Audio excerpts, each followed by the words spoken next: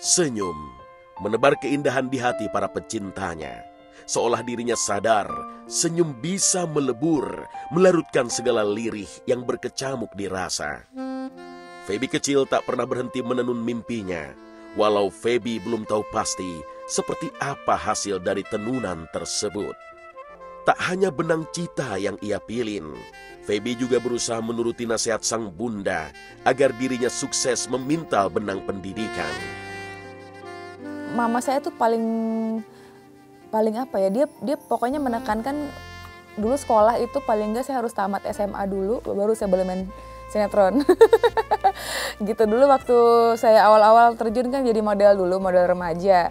Banyak yang tawarin kan main film, main sinetron, entah nyanyi, entah apa. Karena saya juga dulu suka nyanyi, suka ikut festival juga gitu kan. Terus mama bilang pokoknya nggak boleh terjun ke dunia acting kalau nggak lulus SMA, nggak boleh.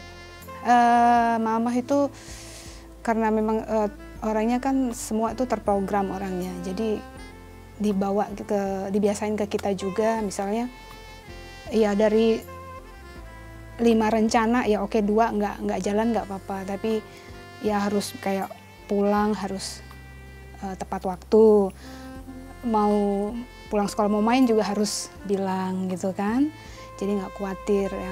Yang seperti itu sih sebenarnya normal aja. Pada batas senja, sebelum terang sirna disaput malam, Feby kecil terus berusaha merajut mimpinya di bangku sekolah. Namun, seperti kain tenun yang terbentuk dari berbagai warna, Feby pun mewarnai masa pendidikannya dengan cerita keterlambatannya mengikuti pelajaran matematika. Saya nggak suka banget sama pelajaran matematika karena gurunya tuh galak gitu loh. Jadi inget banget tuh saya kelas berapa ya? 1 SMA. Ada satu hari di mana mata pelajarannya itu tiga kali berturut-turut tuh matematika gitu. Jadi saya selalu ada aja alasannya buat terlambat. Jadi saya cuma ikut pelajaran ketiga atau pelajaran kedua. Gurunya selalu gini, kamu kenapa terlambat terus? Ya Pak, macet. Lain kali saya beliin sepeda ya biar kamu nggak terlambat. Kadang bukan pelajarannya, sebel sama gurunya juga ada. Mungkin saya ingat itu karena saya juga nggak terlalu suka ngitung. Saat itu nggak suka pelajaran yang eksak gitu. Prestasi di sekolah sih ya cukup baik lah, nggak pernah sampai mengecewakan.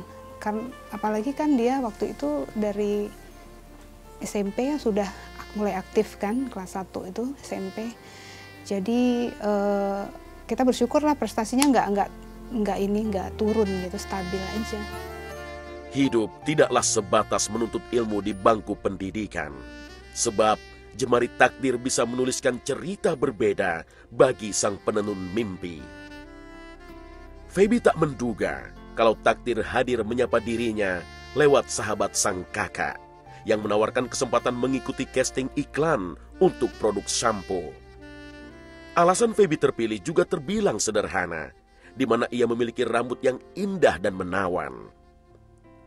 Tanpa menunggu atau berpikir panjang, Feby yang agak tomboy ini menerima tawaran tersebut.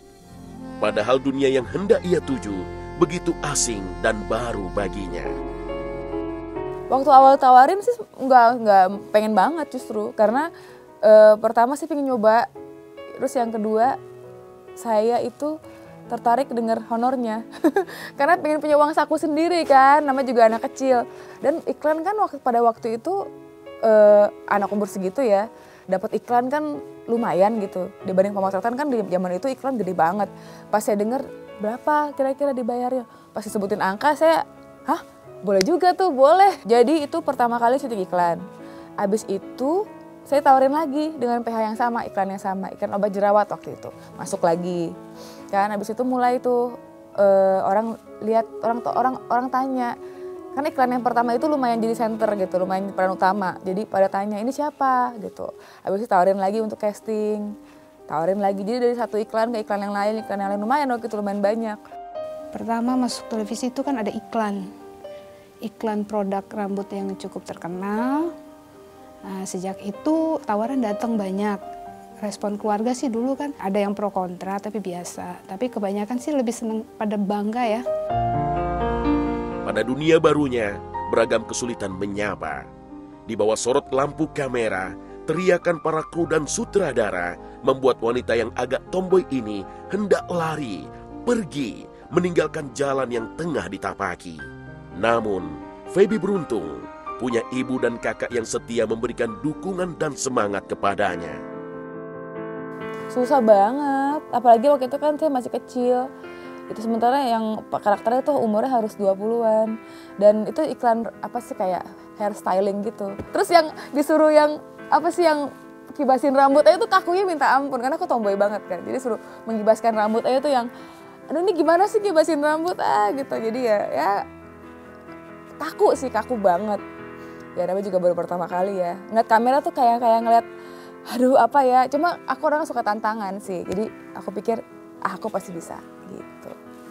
Jadi kesulitannya dia kadang-kadang orang tua dengan dia ini suka ada ya selisih pendapat karena dia kan masih remaja, masih kadang-kadang kan pengennya fun, tapi sebenarnya itu kan kerjaan gitu. Harus ini kerjaan ada tanggung jawab loh gitu. Kamu ada tanggung jawabnya, kita hitam di atas putih. Nah, itu harus maksimal lah kamu kerjakan gitu kan.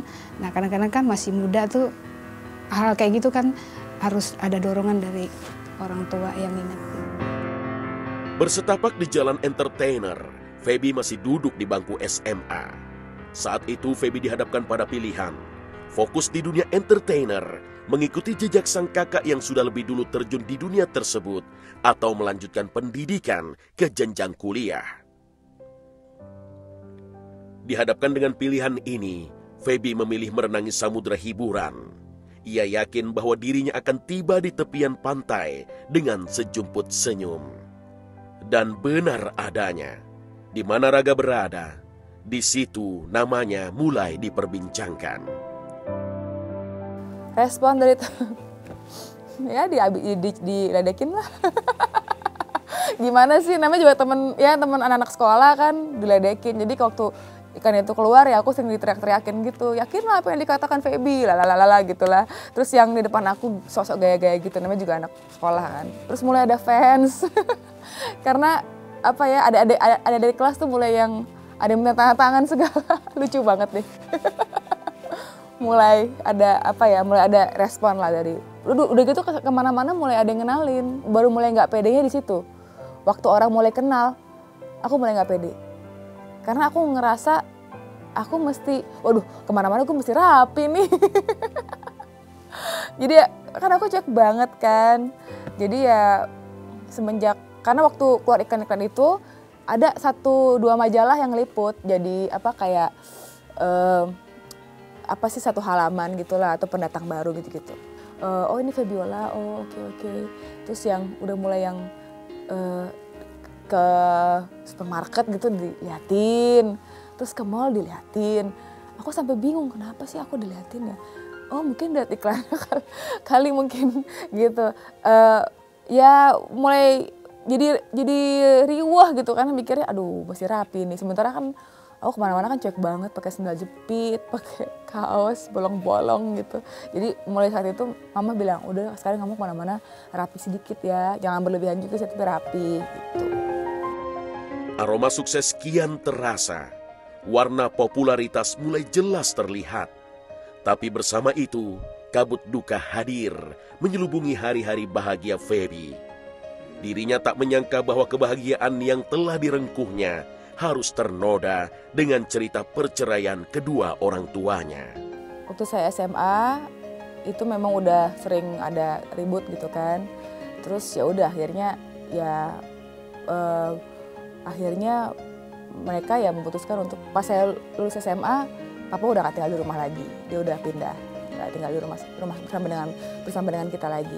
Sebetulnya kan memang papa itu kan banyak kerja di luar kota, jadi memang saya agak jarang ketemu gitu, ketemu sama dia gitu kan, karena dia kadang-kadang pulang, kadang-kadang enggak gitu. Jadi sebetulnya kalau absennya papa itu sebetulnya nggak terlalu terasa gitu.